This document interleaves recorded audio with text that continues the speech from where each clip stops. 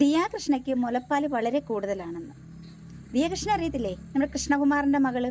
Social മീഡിയയിലൊക്കെ ഇവരെല്ലാവരും നിറഞ്ഞു നിൽക്കുന്ന ഒരു ഫാമിലിയാണ്. അപ്പോൾ ദിയ കൃഷ്ണയുടെ പ്രസവമൊക്കെ ഒരു സമയത്ത് വൈറലായിട്ടുണ്ടായിരുന്നു. ഞാനും എന്നെ സപ്പോർട്ട് ചെയ്തത് ആ ഒരു വീഡിയോ കണ്ടപ്പോഴത്തേക്ക്. അല്ല, ഇപ്പം ഈ വന്ന് മുലപ്പാൽ വളരെ കൂടുതലാണെന്നൊക്കെ പറഞ്ഞ എന്ത് ഉദ്ദേശത്തിലാണെന്ന് എനിക്കറിയത്തില്ല. സാധാരണ പ്രസവിക്കുന്ന സ്ത്രീകൾക്ക് മുലപ്പാൽ കൂടുതലായിരിക്കും.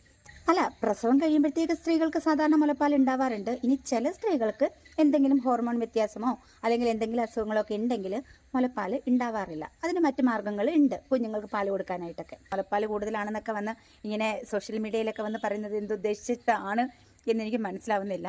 അപ്പോൾ ഞാനും രണ്ട് പെറ്റതാണ്, മിക്ക സ്ത്രീകളും പെറ്റതാണ് എന്ന് കരുതിയിട്ട് ആരും ഇങ്ങനെ വന്ന് ഒരു മീഡിയയുടെ മുന്നിൽ എനിക്ക് മുലപ്പാൽ കൂടുതലാണ് എന്നൊന്നും പറയാറില്ല.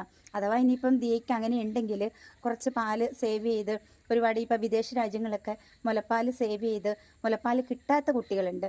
ചിലർക്ക് പ്രസവത്തോടെ മുലപ്പാൽ കിട്ടാതെ വരും. അപ്പം അങ്ങനെയുള്ള കുട്ടികൾക്ക് ഇനിയിപ്പം പ്രസവത്തിൽ അമ്മ മരിക്കുന്നു അങ്ങനെയൊക്കെ വരുമ്പം മുലപ്പാൽ കിട്ടാത്ത കുഞ്ഞുങ്ങളുണ്ടാവും. അപ്പോൾ ആ കുഞ്ഞുങ്ങൾക്ക് ഇങ്ങനെ ഡൊണേറ്റ് ചെയ്യാറുണ്ട് മുലപ്പാൽ.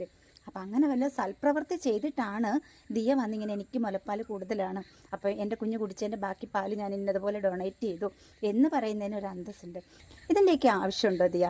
അല്ലാതെ തന്നെ നിങ്ങൾക്ക് ഒരുപാട് കണ്ടന്റ് ഉണ്ട്. പ്രസവമൊക്കെ കണ്ടന്റ് ആക്കിയ ഫാമിലിയാണ്. ഇനിയിപ്പോൾ ഈ മുലപ്പാലും കൂടി എടുത്ത് ഇനിയിപ്പോൾ എന്തൊക്കെ കണ്ടന്റ് ആക്കാൻ കിടക്കുന്നു? സിനിമാ താരങ്ങൾ മാത്രമേ പ്രഗ്നന്റ് ആവുന്നുള്ളൂ, അവർ മാത്രമേ പ്രസവിക്കുന്നുള്ളൂ, അവർ മാത്രമേ കുഞ്ഞുങ്ങൾക്ക് പാല് കൊടുക്കുന്നുള്ളൂ എന്നുള്ള രീതി. ബാക്കി സാധാരണക്കാരായ സ്ത്രീകൾ ഇതൊന്നും ചെയ്യാറില്ലേ?